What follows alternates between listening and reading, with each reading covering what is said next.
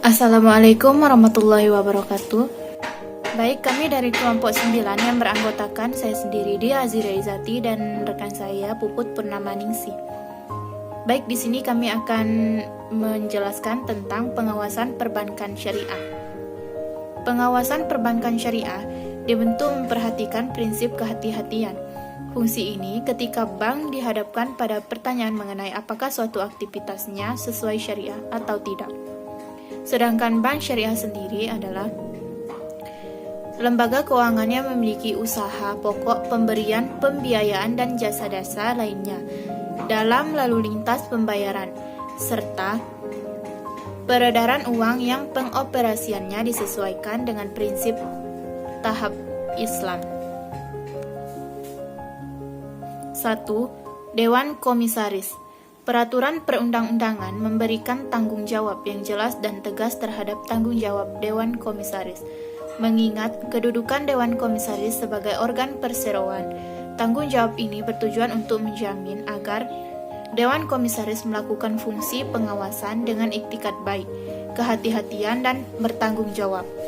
Kesalahan maupun kelalaian Dewan Komisaris yang menyebabkan kerugian bagi perseroan harus dipertanggungjawabkan oleh Dewan Komisaris, bahkan sampai pertanggungjawaban pribadi.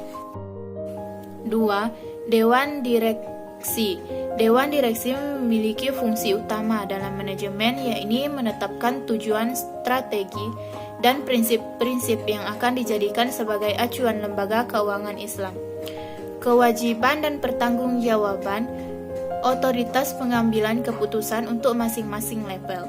Manajemen harus menentukan berdasarkan wewenang dan tanggung jawab masing-masing anggota Dewan Direksi. Dengan demikian, kehadiran otoritas pengawas dan auditor eksternal adalah sebuah keniscayaan guna mendorong dan memastikan Dewan Direksi untuk menjalankan tugas-tugas sebagaimana yang telah ditentukan. 3. Pengawasan Dewan Pengawas Syariah DPS. Pengawasan syariah dalam sistem perbankan syariah di Indonesia diatur dalam Undang-Undang Nomor 21 Tahun 2008 tentang Perbankan Syariah yang kemudian dijabarkan dalam peraturan dan surat edaran yang dikeluarkan Bank Indonesia. Berdasarkan peraturan perundang-undangan tersebut, badan yang memiliki otoritas pengawasan syariah di tingkat nasional adalah DSN yang dibentuk MUI dengan tugas mengawasi dan mengarahkan LKS dalam kegiatan operasionalnya sesuai syariah. Keputusan DSN MUI nomor 01 tahun 2000 tentang pedoman dasar DSN MUI. Dan di tingkat LKS yang melakukan pengawasan tersebut adalah Dewan Pengawas Syariah. Pengawasan terhadap ketaatan syariah pada perbankan syariah sangat penting dalam struktur tata kelolanya. Dilihat dari segi keagamaan, sosial, ekonomi, hukum, dan tata kelola. B. Peran otoritas jasa keuangan (OJK) dalam mengawasi kegiatan operasional perbankan syariah, termasuk yang mengandung klausula eksonerasi. Fungsi pengaturan dan pengawasan perbankan termasuk perbankan syariah dan unit usaha syariah pada awalnya berada dalam otoritas Bank Indonesia.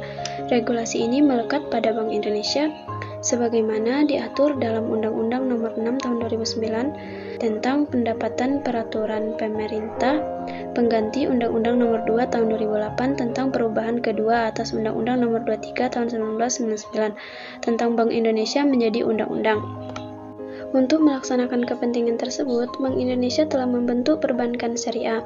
Departemen ini terdiri dari 4 divisi, yaitu Divisi Penelitian Pengembangan dan Pengaturan Perbankan Syariah, Divisi Pengawasan Bank Syariah, Divisi Informasi Perbankan Syariah, dan Divisi Perizinan, Administrasi dan Dokumentasi Perbankan Syariah. OJK adalah lembaga independen dan bebas dari campur tangan pihak lain. Tugas dan wewenang pengaturan, pengawasan, pemeriksaan, dan penyidikan sebagaimana dimaksud dalam Undang-Undang OJK. Adapun dalam menjalankan tugas pengawasan bank, saat ini OJK melaksanakan sistem pengawasannya dengan mengadakan dua pendekatan, yaitu satu, pengawasan berdasarkan kepatuhan, Compliance-Based Supervision atau CBS, yaitu pemantauan kepatuhan bank terhadap ketentuan-ketentuan yang terkait dengan operasi dan pengelolaan bank di masa lalu dengan tujuan untuk memastikan bahwa bank telah beroperasi dan dikelola secara baik dan benar menurut prinsip kehati-hatian. 2. Pengawasan berdasarkan risiko atau Risk-Based Supervision atau RBS, yaitu pengawasan bank yang menggunakan strategi dan metodologi berdasarkan risiko yang memungkinkan pengawas bank mendeteksi risiko yang signifikan secara dini dan mengambil tindakan pengawasan yang sesuai dan tepat waktu. Adapun tujuan OJK dibentuk adalah sebagai berikut. A. Terselenggara secara teratur, adil, transparan, dan akuntabel. B. Mampu mewujudkan sistem keuangan yang tumbuh secara berkelanjutan dan stabil, serta mampu melindungi kepentingan konsumen dan masyarakat.